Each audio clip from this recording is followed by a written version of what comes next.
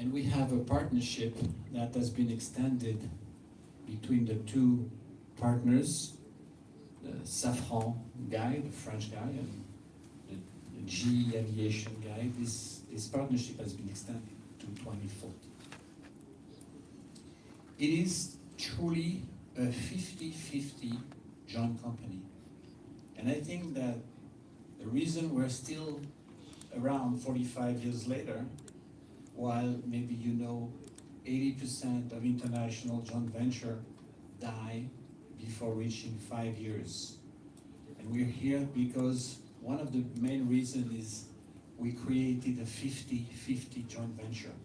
Everything within CFM is split 50-50. The sales, the design, the development, the production, support services, everything split 50-50. Even the engine, you have a sketch of the engine here. You have the core of the engine in blue and the low pressure system in red, the fan and the LPT. LPT and fan, Safran, core engine GE, 50-50. Even the world, we modestly split the world. So what's in blue here is, when it comes to sales and product support, is covered by GE from Cincinnati, and the red part is covered by Safran from Paris.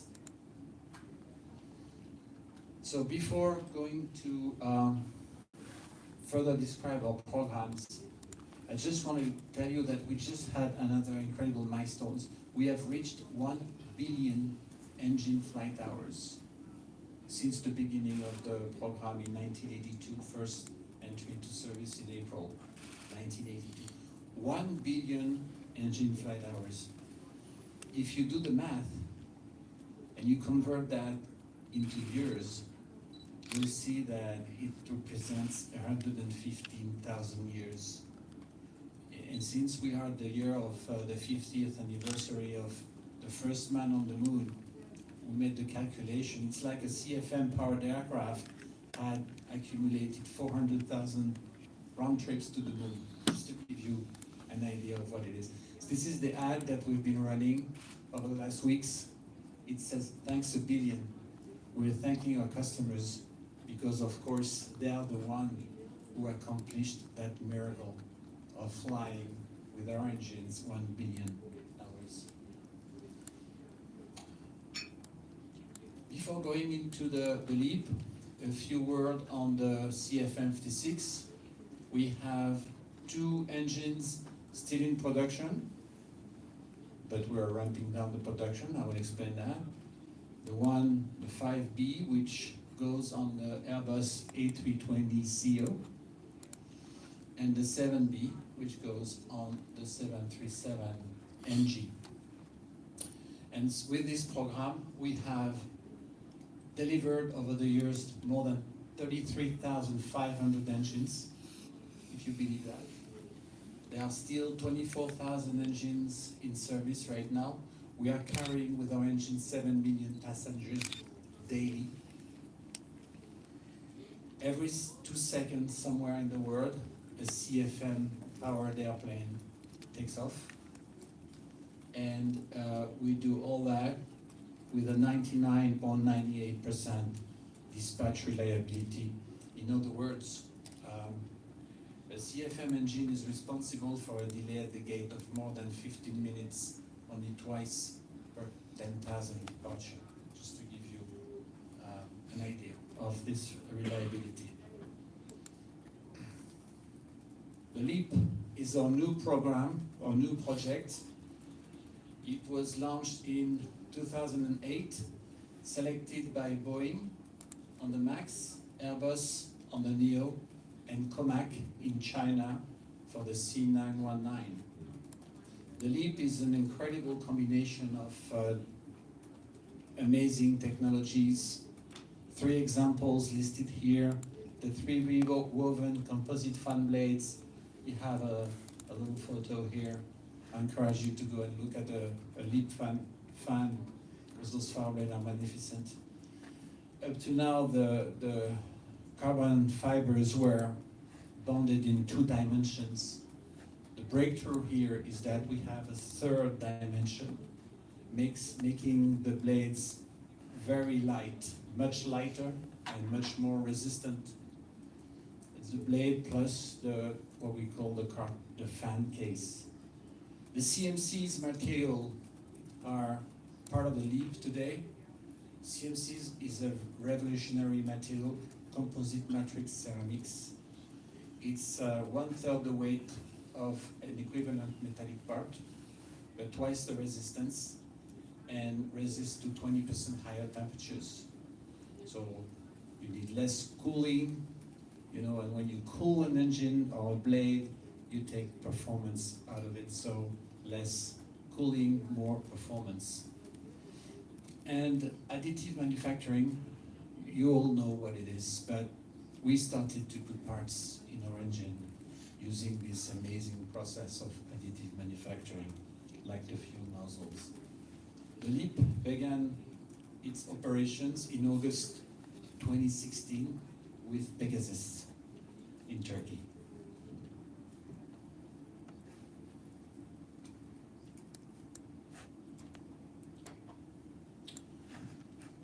The LEAP, I can tell you, is the most successful entry into service ever in the history in CFM. And we had 23 entry into service before the LEAP. And sometimes people challenge me on that. They say, no, but the 5B engine and the Dash 7 engine are extremely reliable. This can't be. I mean, who remembers today that we had to redesign the 5B in the mid-90s to make it the 5B/B because we were not meeting the performance? Nothing like this for the LEAP. The design was right first time. The design is solid and robust. We had 2-3 minor field issues for which we have fixes and containment plans, and we're working on that. But all the 3 model, we were on time for certification. We have sold so far 18,755 LEAP engines. We started to sell those engines in 2011, just to give you an idea. 110 operators on the 5 continents. So the deal was, when we decided to launch this engine, it's to promise to the market an engine that would be 15% better in fuel efficiency as compared to the current generation of engines. And we did it.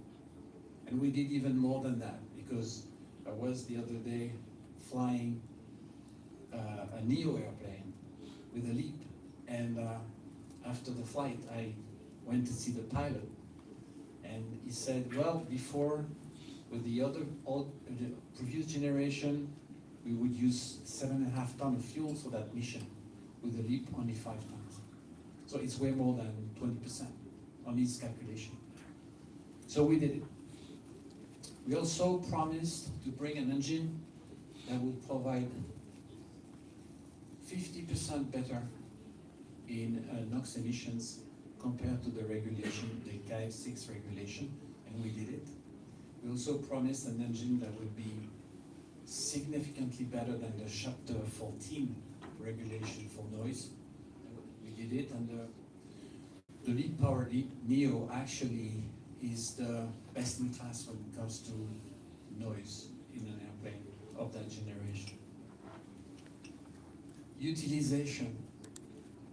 Our customers were so used to use the 5B and the Dash 7B that we set ourselves the goal that at entry into service, the LEAP, which is a brand new design, would have the same utilization ratio as the CFM 56, which is a mature program. That was the goal. And not only we achieved that, but the statistics shows UBS among others, taking statistics. The truth is that the LEAP-powered airplane are used 2 to 3% more than the CFM-powered airplane. So it's a success here too. And on the maintenance side, everybody knows that the 5B and Dash 7B are state of the art when it comes to maintenance cost. And the goal was to achieve the same with the LEAP, and we are on the way to achieve that. So we delivered on our promises. We are not quite mature, but close. We have accumulated more than 6 million engine flight hours already with the LEAP. 2 million on the LEAP 1A, the NEO, 600,000 on the LEAP 1B. Unfortunately, as you know, we have not seen this number going up since March because the fleet of the MAX is grounded. But the average utilization per day of our engines on those airplanes is extremely high. It's more than 10 hours per day. So we have 510 LEAP-powered NEOs and 389 LEAP-powered MAXes. MAXes, yes, so we kept delivering engines to Boeing after the grounding, and we are still delivering engines, but we're also preparing ourselves for the return to service. I want to say that we at CFM and me personally continue to strongly believe that the MAX will fly back soon. We give all our confidence in Boeing and on the MAX product. So during the grounding, we did some proactive maintenance preservation. I don't know if you know, but when an aircraft is not used for a long period of time, you have to go through a process of preservation. So we worked with our customers to achieve that. And also putting forward all the planned maintenance, all the time-sensitive maintenance, anything we could do while the engines were on the ground, we've been doing. But we're already preparing return to service. We have a task force, and we have dedicated teams to support the return to service, helping customers to do the deep preservations of the engines and to complete with them on face-to-face meetings the checklist for the return to service. One of the big challenge for us over the past years was the ramp-up. We've been facing a production ramp-up that has never been seen in the history of aviation. So we have a backlog of nearly 16,000 engines. That represents about 8 years of production. We have already 3,000 LEAP engines delivered. The LEAP powers 75% of the new single-aisle deliveries. And as you know, on the NEO family, we are competing with another engine. And the market share of CFM of the LEAP on the A320neo family is now 61%. We are on track to deliver this year 1,800 LEAP engines, although as you know, we had to tailor our production to the 42 airplane a month that Boeing is currently producing. And we are on track to deliver next year 2,000 engines, which will be the hand of the ramp-up, the top of the hill, fortunately. This big ramp-up, we prepared it a decade ago. Our parent companies, Safran and GE, invested $1 billion in 8 new facilities. And we have, for each critical part of the engine, we have a dual source or multiple source to make sure that we protect anything that can happen with one supplier. This is my last chart, and I'll give the floor to Jose. Just want to give you a highlight on the service business connected with the CFM engines. This business is huge. And how do we know that? You know, service business is correlated to the install base. I told you we have 24,000 CFM 56 in service today. 60% of them have not seen a single shop visit, and 30% of them have seen only one shop visit. So there will be more than 3,000 shop visits starting 2024, 2025, and for a pretty long period of time. Plus 1,000 shop visits with the LEAP. We have, of course, all the abilities as CFM to propose the best solutions to our customers to maintain those engines, either RPFH or time and material, all sorts of solutions. But it's an open network. Just like on the CFM 56, we have about today 40 MROs around the world capable of maintaining the CFM. On the LEAP, we have also third parties coming on board to propose, in competition with CFM, the maintenance of the engines. So that concludes my presentation, and I give the floor to Jose. A couple of charts on the South American market. So good afternoon. My name is Jose Kling. I'm the General Manager, the Head of Sales for Latin America and the Caribbean for CFM and GE. So I welcome you to Brasilia and to Alta, great conference. I'll just take 2 slides to tell you about CFM in Latin America and the LEAP engine in Latin America.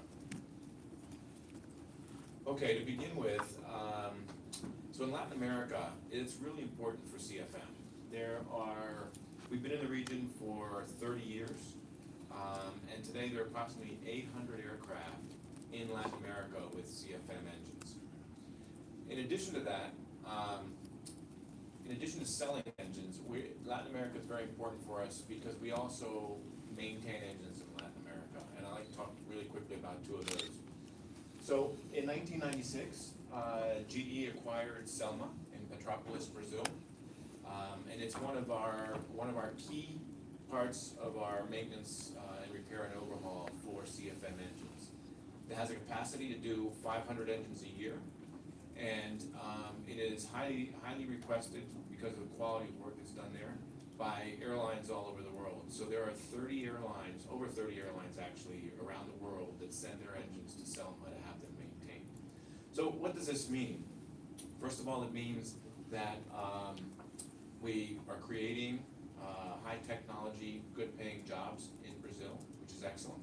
And in addition to that, it is in the top 5, Selma is in the top 5 industrial exporters in Brazil. So very important to the Brazilian economy.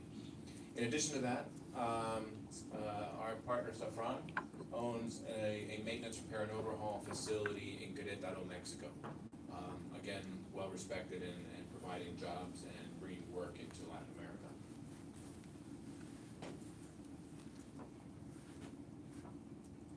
Okay, and then I'll tell you a little bit about how the LEAP is doing it. Before I go there, I'll tell you, as I said, Latin America is important to CFM and the LEAP. And what you heard earlier from Embraer, and if you look at the Boeing and the Airbus forecast, they're expecting passenger traffic in the region to grow at more than 4% a year. And it varies a little bit depending on which forecast you look at. And they're forecasting to deliver over 2,000 new single-aisle aircraft into Latin America over the next 20 years. That for us, that will signify over 4,000 engines. And as you saw Gael, he says we have 60% of the market. That means it's a very important market for us. And you can see here the airlines that have purchased the LEAP or acquired the LEAP. We've sold over 1,100 LEAP engines into the region with some of the most important airlines in the region. And because of what Gael said, because of the fact that the LEAP has lower fuel burn, it allows airlines to be more profitable or offer lower fares to their customers. It also gives the aircraft greater range, which means that these airlines have been able to exploit new markets that they weren't able to exploit before. So, for example, Gol was flying Brasilia to Florida, I believe it was Orlando. You had Aerolíneas Argentinas going to the Caribbean on a MAX from Buenos Aires, and you're having Copa do San Francisco from Panama. So, important new markets. They're also able to offer a new product. For example, Copa is offering nice flat seats in the 737, which is a good adjustment to their product. And then finally, the reliability. That's really important. Saving money because of fuel is very important, but the reliability, if you get 5% more reliability, if you assume it's 5 flights a day, that's an extra 90 flights a year. If you assume it's 2.5 to 3, that's an extra 40 to 50 flights a year. That is a lot more important to an airline than the additional fuel. The extra revenue that you would have, you already own that airplane, so you already have the fixed costs. The only cost to you to operate that more is actually the variable cost. That's the crew, the fuel, the maintenance. To be able to provide them the ability to fly more flights or longer sectors means it's a very important thing to the profitability and the success of the airlines. Thank you.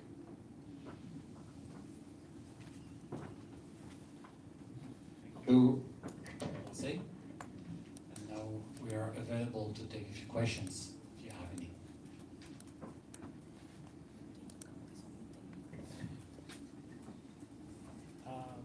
I'm gonna speak aloud. Okay. We can give you the mic. There you go. Thank you very much. Hello. Hello.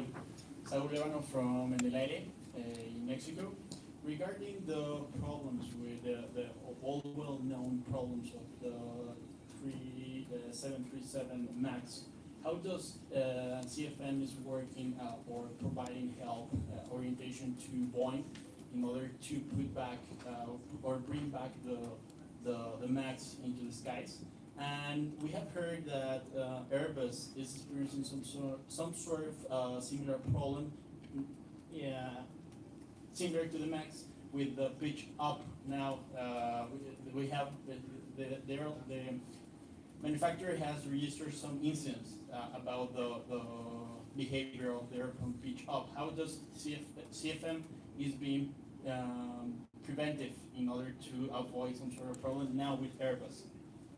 Okay, so when it comes to the MAX and their partnership with Boeing, of course, as you know, we've been partner of Boeing since, I would say now, the early 80s, when they re-engined the 737 with what we call the classic airplane. Yeah. And so this relationship has been going on up to now. We've been then the sole source of engine on the NG and now on the MAX.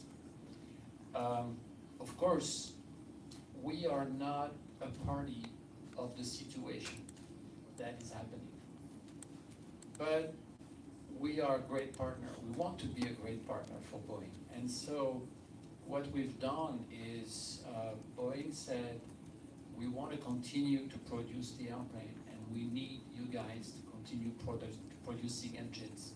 So for a few weeks after the grounding, we delivered engines to support a 52 a month rate of production, 52 aircraft a month rate of production. And then, which by the way helped us catch up the few weeks delay we had in production.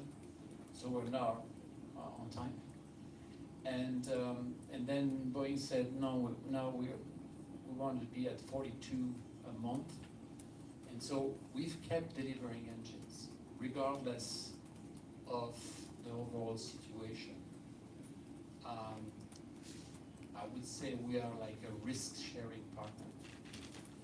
So I think that's the best thing we could do, honestly, to be continuing producing as many engines as Boeing would do,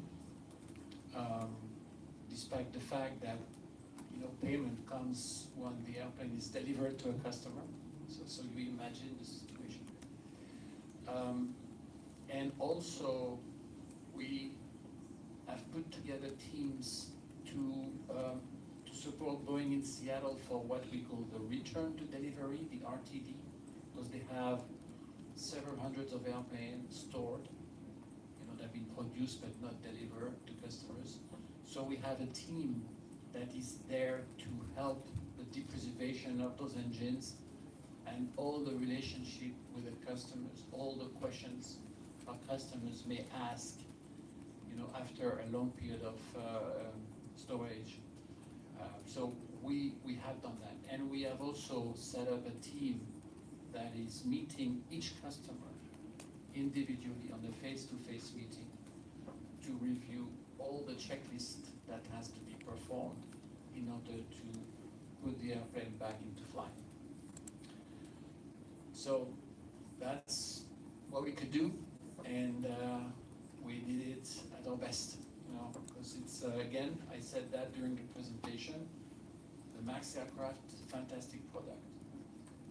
And coupled with the LEAP, it provides incredible economies for the airlines, and we just now are anxious to see it back to fly, and we are very confident that it's going to happen sooner than later.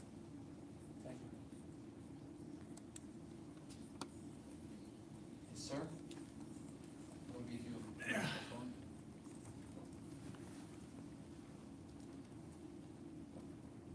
John Hemmerdinger with Flight Global. I'm wondering if you can, you talk about service being such a big part of the business.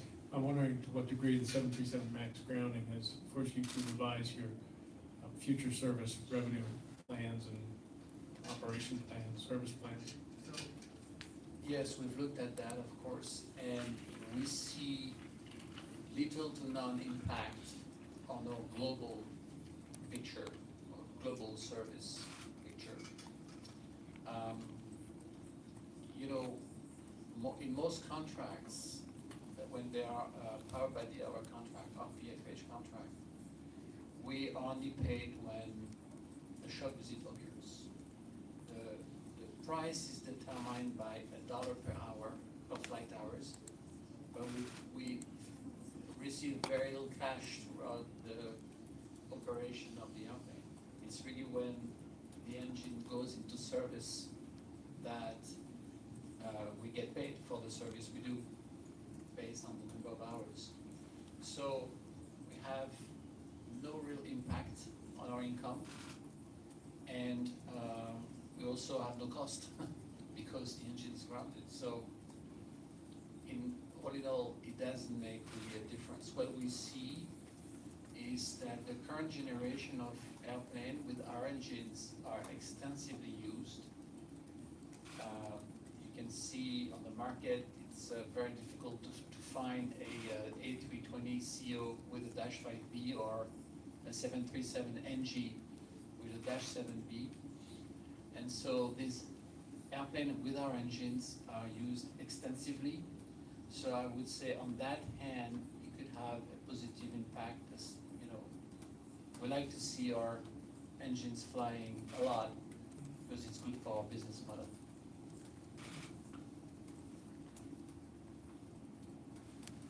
And I realize I didn't answer your Airbus on Airbus. Sorry about that. On this one, I cannot speak for Airbus, unfortunately, or fortunately. So there's nothing I can say really about what you mentioned. What we know is we've developed an engines per Airbus specifications, weight, size, and performance, and we met those specifications. Now, anything else beyond that has to be raised with Airbus if you want to have more feedback.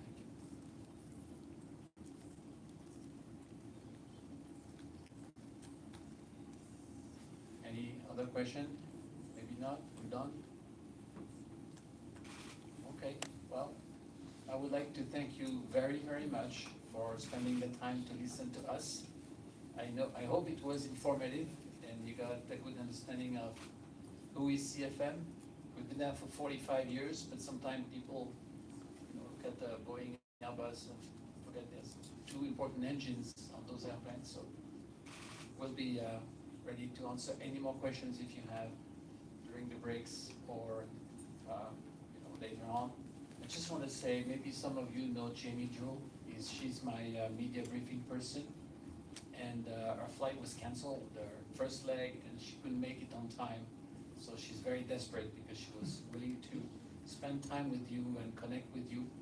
So if you want to have her information, I will be happy to take your cards and give them your cards to her. Okay? Thank you very much.